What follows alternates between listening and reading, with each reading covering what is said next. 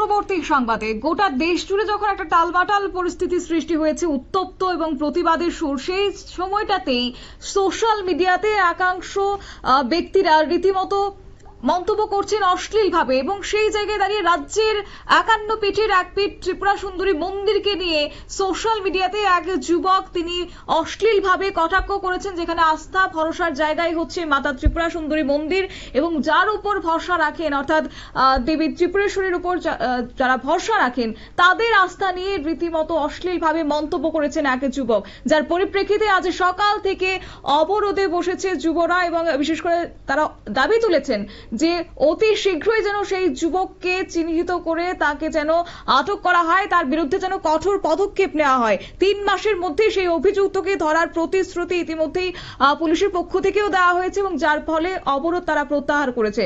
কিন্তু কি রয়েছে শুরুতে শোনাবো তাদের বক্তব্য। কথা বলছি যে আমরা লিখিত রাখবো, জামিন হোসেন এবার ভারতবর্ষের যে জায়গা থাকো বা পৃথিবীর যে জায়গা থাকো আমরা লিখিত রাখবো, হেরে কপের বইতে আনবো, বাস আমরা কিছু না। হ্যাঁ, কি কোথায় থাকে সে বা কি আসে আমরা দেখার বিষয় না। আমরা কি আইনের লোক? না না, সেটা এমনিতে সে কি আমাদের রাজ্যের ছেলে কি না বা কি আসে? হ্যাঁ, রাজ্যের ছেলে, সোনামুড়া বাড়ি, শ্রীমন্তপুর বাড়ি। সোনামুড়া আমরা যেটা খবর পাইছি, সোনামুড়া শ্রীমন্তপুর বাড়ি। ঠিক আছে, যেহেতু আমরা ত্রিপুরেশ্বরী মন্দির, ঠিক আছে, আমরা একটাই কথা, জাভেদ হোসেনের খবর ভিত্তিতে আনবো, আমরা লিখিত দেওয়া রাখবো। পুলিশ কি বলছে এখন? পুলিশ তরফ থেকে কি বলছে? পুলিশ তরফ থেকে পুলিশ এখন যাইতে গেছে, কথা বলতেছে। এখন কোন জিহাদি এইরকম স্টেটমেন্ট দিত, তাহলে এতক্ষণে তার বাড়ি ঘর ঘুরে যাওয়া হলে হিমন্ত বিশ্ব শর্মা এতটুকু ক্ষমতা আইনেরা আছে, এবং প্রত্যেকটা রাজ্যের সিএম এর এতটুকু ক্ষমতা থাকে করার মতো। এর যদি চায় রাজ্যের প্রশাসন 24 ঘন্টাও লাগে না তুলে আনতে। গতকালকে দেখা যাচ্ছে যে উত্তরপ্রদেশে একটা দেবী নিয়ে একটা নোংরা মন্তব্য করেছে একটা জিহাদি, পাশাপাশি 3 ঘন্টার মধ্যে তাকে পুলিশরা। আপনারা শুনলেন অবরোধকারীদের অভিযোগ, এবং তারা আজকে সকালবেলা বৃষ্টিকে উপেক্ষা করে রীতিমতো প্রতিবাদ তারা জানিয়েছে, এবং অতি শীঘ্রই যেন সেই অভিযুক্তকে জালে তুলে পুলিশ, সেই দাবিটা কিন্তু তারা রেখেছেন। বিস্তারিত যাবো, আমাদের সঙ্গে যুক্ত হয়ে গেছে সৌমেন সেন উদয়পুর থেকে। সৌমেন আমাদের প্রতিনিধি। সৌমেন, গোটা বিষয়টা যদি একটু তুলে ধরো। দেখো শতাব্দী, গত 3 দিন আগে সামাজিক মাধ্যমে একটি বিষয় প্রকাশিত হয় যে মাতা ত্রিপুরা সুন্দরী মন্দিরকে নিয়ে রাজ্যের বাইরে অবস্থানরত একটি যুবক জাভেদ নামে সে কুরুচিকর মন্তব্য করে, অনেকেই বলছেন যে এটা সামাজিক মাধ্যমে ফেসবুকে আমরা দেখতে পাইনি, কিন্তু এটা একটা ব্যক্তিগত আলোচনার মধ্য দিয়ে মেসেঞ্জার আলোচনা করতে গিয়ে অন্য একটি যুবককে সে এই ধরনের বক্তব্য বলে যে মাতা ত্রিপুরা সুন্দরীকে নিয়ে এবং ওর মাকে জড়িয়ে একটা বিশ্রী মন্তব্য করে। এবং এরপর কিন্তু যখন এটা সামাজিক মাধ্যমে এটা প্রচারিত হয়, তারপর থেকে কিন্তু সারা রাজ্য, উদয়পুর থেকে শুরু করে সারা রাজ্যের মানুষ এবং সামাজিক মাধ্যম, টিভি চ্যানেল পত্র সর্বত্রই এটা নিয়ে একটা প্রতিবাদ হয়েছে যে এই ধরনের বক্তব্য মাতা ত্রিপুরা সুন্দরীকে নিয়ে, যারা যে কোনো ধর্মের হোক না কেন, মাতা ত্রিপুরা সুন্দরী একটা আস্থা, বিশ্বাস এবং একটা আবেগের জায়গা, শ্রদ্ধার জায়গা, এবং প্রত্যেক ধর্ম বর্ণ প্রত্যেকটা মানুষ সেই জায়গাটাকে শ্রদ্ধার দৃষ্টিতে দেখে। কিন্তু এই যুবক সে মাতা ত্রিপুরা সুন্দরীকে নিয়ে যে বক্তব্য রেখেছে সেটা কোনোভাবে মেনে নেওয়া যায়নি। তারপর কিন্তু হিন্দু জাগরণ মঞ্চ তারা এই বিষয়টি নিয়ে তার বিরুদ্ধে একটি মামলা দায়ের করে গত 3 দিন আগে, এবং পুলিশ তাদেরকে প্রতিশ্রুতি দেয় যে 48 ঘন্টার মধ্যেই কিছু একটা করবে, এবং তারাও হিন্দু জাগরণ মঞ্চ যারা নেতৃত্ব রয়েছে তারাও সময় বেঁধে দেয় যে 48 ঘন্টার মধ্যে যদি কিছু করা না হয়, তাকে যদি উদ্যোগ না নেওয়া হয় আইনি পদক্ষেপ, তাহলে তারা বড় পদক্ষেপ নেবে। তো তারা তাদের বক্তব্য আজকে যখন আমরা নিচ্ছিলাম, তারা বলছেন যে পুলিশের ভূমিকা নিয়ে তারা সন্দিহান, এবং পুলিশ কোনো ভূমিকা নেয়নি।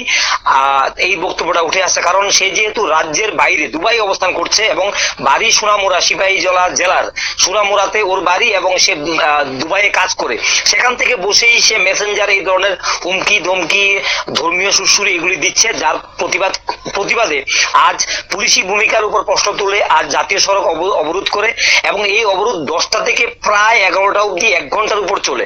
এবং এই অবরোধের ফলে শত শত যানবাহন আটকা পড়ে যায়, স্কুল স্টুডেন্ট বা অনেকে আটকা পড়ে যায়। এর মধ্যে একটা প্রাকৃতিক দুর্যোগ আমরা দেখলাম যে ঝড় বৃষ্টি বাতাসের মধ্যে দিয়ে কিন্তু এই তোমার বিক্ষোভটা কিন্তু চলতে থাকে। এবং অবশেষে আমরা যেটা জানতে পারছি পুলিশের সঙ্গে কথা বলে, যে তারা 3 মাসের সময় হাতে চেয়ে নিয়েছে, যেহেতু রাজ্যে বা দেশের বাইরে বসবাস করছে, তাকে আনতে গেলে এটা একটা জাতীয় আন্তর্জাতিক ব্যাপার এবং ভারত সরকারের বিষয় এটা, সেখান থেকে কথা বলে এটা একটা দীর্ঘ প্রসেস এবং এই প্রসেসের জন্য সময়ের প্রয়োজন। তারা শুধু শুধু মিথ্যা প্রতিশ্রুতিতে তারা চাইছে না এবং তারা বলেছে যে 3টা মাস সময় লাগবে এবং তাকে ধরে আনবে এবং তার বিরুদ্ধে আইনি পদক্ষেপ যা যা করার দরকার তারা নেবে। এই প্রতিশ্রুতির পর কিন্তু অবরোধ উঠে শতাব্দী।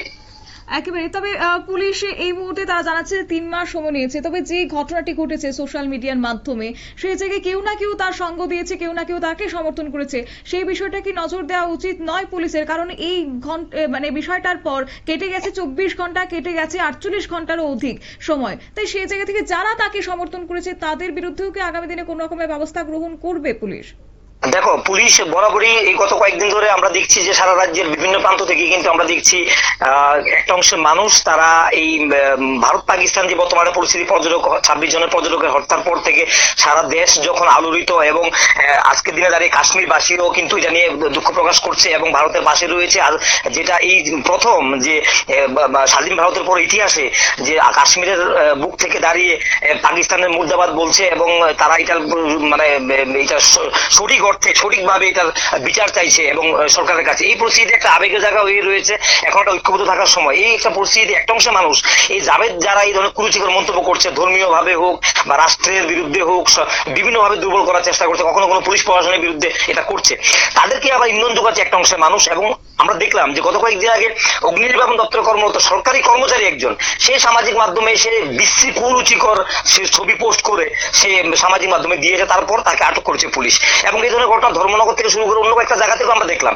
কিন্তু জাভেদের ক্ষেত্রে আমরা দেখছি সে রাজ্যের দেশের বাইরে থেকে বসে এগুলি করছে এবং তাকে একটা অংশের বিশেষ অংশের মানুষ তাকে সাপোর্ট করছে। একটা অংশের মানুষ এই বিষয়টা হচ্ছে একটা দেখার বিষয়। পুলিশ কিছু কিছু ক্ষেত্রে পদক্ষেপ নিয়েছে, কয়েকটা ক্ষেত্রে পুলিশ কিন্তু সেই ধরনের ভূমিকা তারা রাখতে পারছে না বলে আজকে যারা হিন্দু যেমন মঞ্চের ছেলেরা তারা বলছে যে আমরা তাদের ভূমিকা নিয়ে আমরা প্রশ্ন তুলছি। কারণ অন্ততপক্ষে তাদের একটা পদক্ষেপ থাকার দরকার ছিল, তাহলে আগামী দিনে এই ধরনের কাজ করতে গেলে তারা অন্য 10 বার ভাববে। কিন্তু পুলিশই অনেকটা দুর্বলতা তারা লক্ষ্য করছে এবং আমরা দেখতে পাচ্ছি অনেক ক্ষেত্রে সময় মতো পদক্ষেপ নেওয়া যাচ্ছে না, নিতে পারছে না, যার কারণে সামাজিক মাধ্যমটাকে ব্যবহার করে বর্তমানে একটা অংশ এটাকে পরিস্থিতিটাকে আরো বেশি উত্তপ্ত করার চেষ্টা করছে। যে সময়টাতে খুব সাধারণ স্বাভাবিক থাকার কথা, দেশের পক্ষে থাকার কথা, পুলিশের পক্ষে থাকার কথা, এই সময়টাতে তারা আরো ইন্ধন যোগাচ্ছে এবং এই জিনিসটা অবশ্যই দুশ্চিন্তার বিষয়। এবং পুলিশ আশা করি পুলিশ নজরে রাখছে এবং এই কয়েকটা ঘটনার পর প্রমাণিত হয়েছে পুলিশ তাদেরকে আপাতত ঢিলেমি দিয়ে রাখলেও ছাড় কিন্তু দেবে না। অনেকেই বেশ কয়েকজনকে ধরে এনেছে এবং তারা আরো কয়েকজনকে ধরবে যারা যারা এগুলি করছে এবং যারা মামলা করছে তাদের বিরুদ্ধে, যাদের পুলিশ প্রশাসন নজরে যেগুলি যাচ্ছে তারা কিন্তু পুলিশ পদক্ষেপ নিচ্ছে। এটা আমরা ভাবার অবকাশ নেই, এখানে ভাবার কোনো ব্যাপার নেই যে পুলিশ পদক্ষেপ নিচ্ছে না বা নেবে না। তারা তাদের আইনগত ভাবে আমরা অনেক সময় জলদি চাইছি, কিন্তু পুলিশ তার একটা আইনগত প্রক্রিয়াতে একটা সময়ের ব্যাপার, একটা নিয়মের মধ্যে তারা বাধা, তারা নিয়মটাকে মেনেই তারা কাজটা করতে হয় এবং তারা করছে। মামলা অভিযোগ যতগুলি পাচ্ছে এবং যেগুলির মধ্যে তারা বিচার বিশ্লেষণ করে দেখছে। এবং দেখো শতাব্দী, একটা বিষয় জানিয়ে দিই, এটা একটা সাইবার অপরাধের ক্ষেত্রে এটা হচ্ছে সোশ্যাল মিডিয়াটা হচ্ছে সাইবার অপরাধের একটা পার্ট। এখানে এটা একটা নিজস্ব শাখা আমাদের রাজ্যে আছে কিনা আমাদের জানা নেই। পুলিশের চাইতে সাইবার অপরাধ এবং সাইবার অপরাধে আজকালকে আমরা দেখছি যে যারা সামাজিক মাধ্যমে এইসব কুৎসা ছড়াচ্ছে তাদেরকে সাইবার অপরাধের ডাইরেক্ট অনলাইন পোর্টালে তাদের বিরুদ্ধে অভিযোগ হচ্ছে। সাম্প্রতিক মাসুম বলে একটি ছেলে রাজ্যে বাইরে থাকে, সে 2টি মামলা করেছে অনলাইনে, 2 জনের নামে, জাভেদ একজন রয়েছে, আরেকটি ছেলে রয়েছে, এই 2টি ছেলের নামে সে মামলা করেছে। অতএব একটা সাধারণ নাগরিকদের পক্ষ থেকে কিন্তু সাইবার পোর্টালে গিয়ে মামলা করা হচ্ছে এবং এগুলি ছেড়ে দেওয়া হচ্ছে না, পুলিশ চেষ্টা করছে।